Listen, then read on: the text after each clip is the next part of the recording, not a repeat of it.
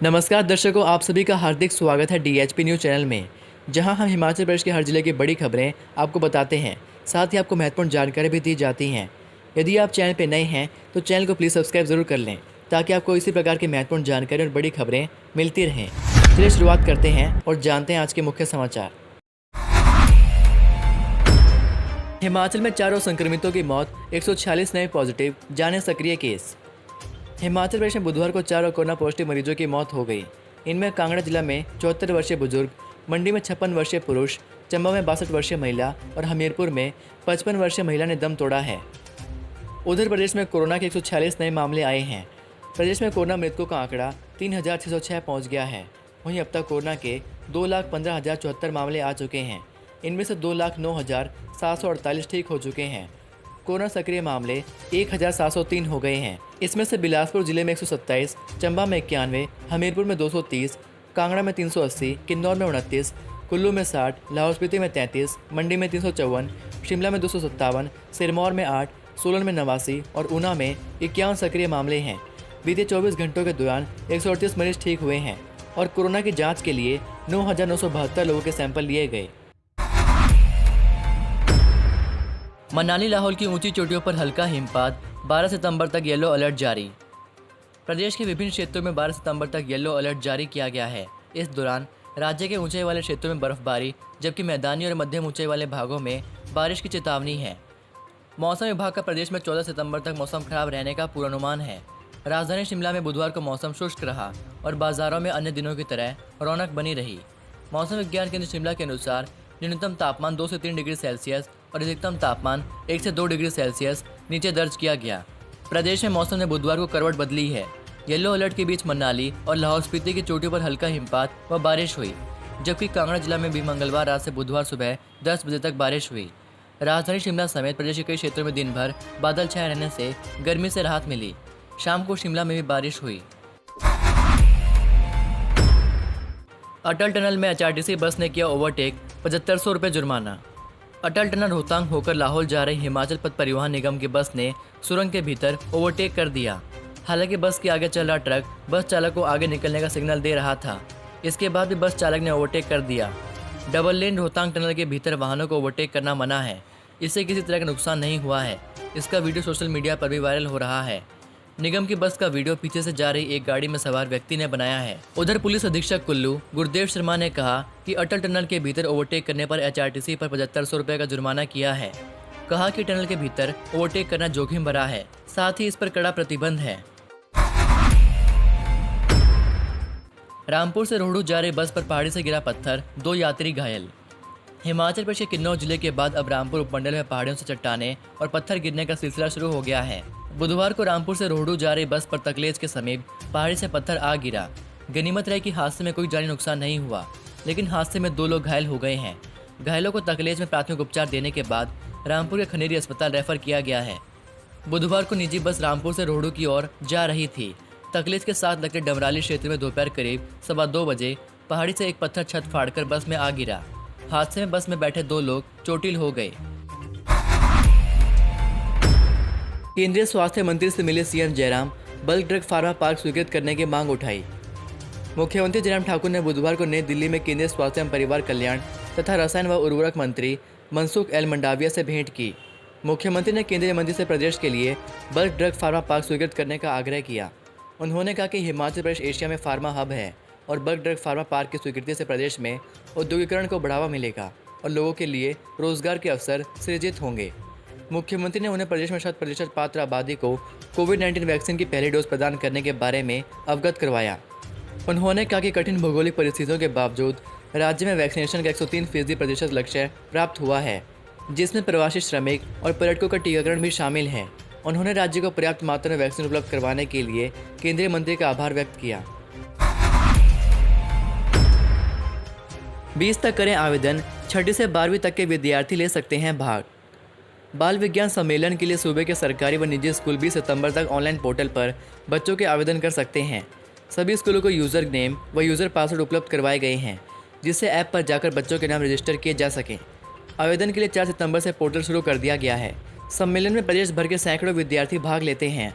बाल विज्ञान सम्मेलन का आयोजन प्रदेश विज्ञान प्रौद्योगिकी एवं पर्यावरण परिषद करवाता है। इस वर्ष सम्मेलन में science quiz, science activity, mathematics olympiad, scientific project report और साइंस मॉडल आदि गतिविधियां करवाई जाएंगी।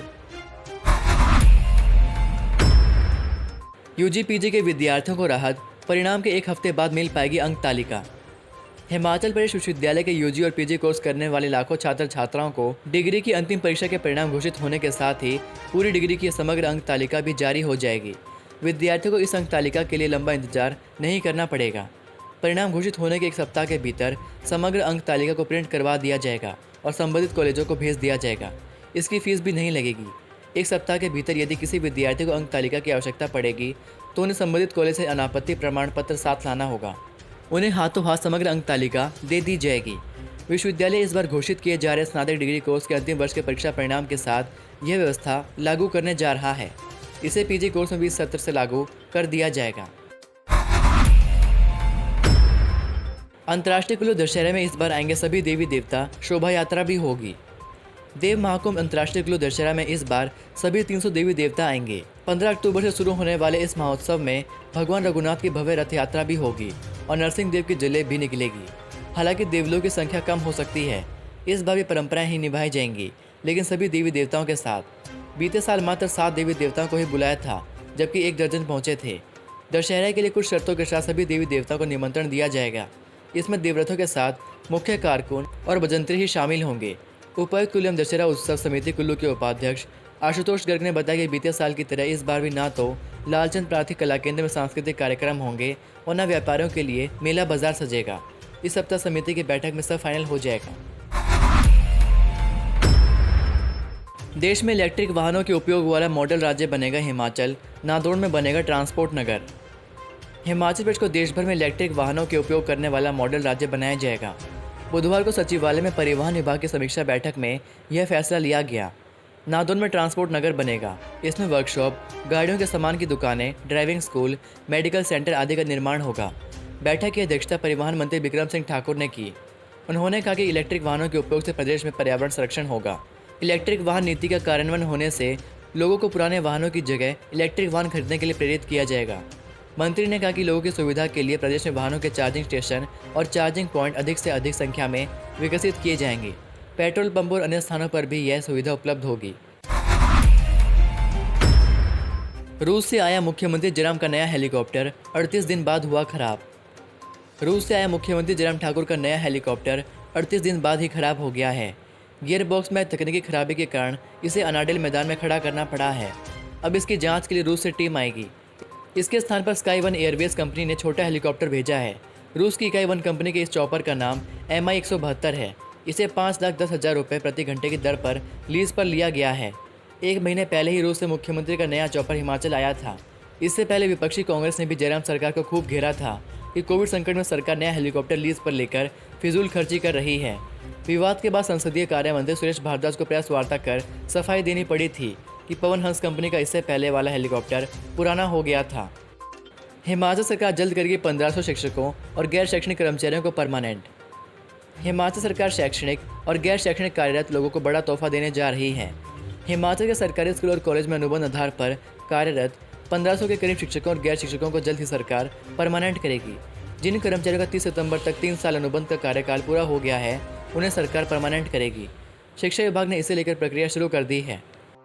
4 साल की बेटी, 9 महीने का बेटा, सबको छोड़कर नदी में कूद गई मां। हिमाचल प्रदेश की राजधानी शिमला के अंतर्गत आते रोहडू उपमंडल के चीड़गांव थाना क्षेत्र से एक बेहद ही दुखद खबर सामने आई है। सूबे में लगातार बढ़ रहे आत्महत्या के मामलों के बीच यहां पर रहने वाली एक विवाहित महिला ने पब्बर नदी में छलांग लगाकर अपनी जीवन लीला समाप्त कर ली। उक्त महिला ने अपनी 4 साल की बेटी और 9 महीने के बेटे के बारे में एक बार भी नहीं सोचा और ये आत्मघाती कदम उठा लिया। नदी में से महिला के शव को बाहर निकाल लिया गया है। वहीं पुलिस ने मृतक महिला के देह को अपने कब्जे में लेकर पोस्टमार्टम के लिए भेज दिया है। वहीं इस संबंध में मामला दर्ज कर आगामी छानबीन शुरू कर दी है। हालांकि अभी तक इस बात का खुलासा नहीं हो सका है कि उक्त महिला ने यह संगीन कदम क्यों उठाया। हिमाचल में 2015 रुपये क्विंटल बिकेगा गेहूं, जाने अन्य फसलों का खरीद मूल्य। केंद्र सरकार हिमाचल में मंडियों को ढांचागत मजबूती प्रदान करने के लिए मदद करेगी। प्रदेश में वर्तमान में कुल 63 मंडियों में किसानों की फसलें बेची जा रही है। सरकार किसानों को घरों के पास मंडियां विकसित करने के लिए 15 और नई मंडियों का निर्माण करेगी। हिमाचल के किसानों को वर्ष 2022-23 के लिए गेहूं खरीद मूल्य पहले 1,975 रुपये प्रति क्विंटल था, जो अब 40 रुपये बढ़कर 2,015 रुपये हो गया है। इसी तरह से पहले चना 5,100 रुपये प्रति क्विंटल था और यह 130 रुपये बढ़ने के साथ अब 5,230 रुपये हो गया है। इसके साथ ही आप यहाँ पर पूरी डिटेल देख सकते हैं। हिमाचल प्रदेश की महत्वपूर्ण और बड़ी खबरें पाने के लिए चैनल को सब्सक्राइब जरूर कर लें और बेल आइकन पर क्लिक करें और आप हमारे व्हाट्सएप ग्रुप को ज्वाइन करना ना भूलें। मिलता हूँ आपको अगली वीडियो में, तब तक के लिए जय हिंद, जय भारत।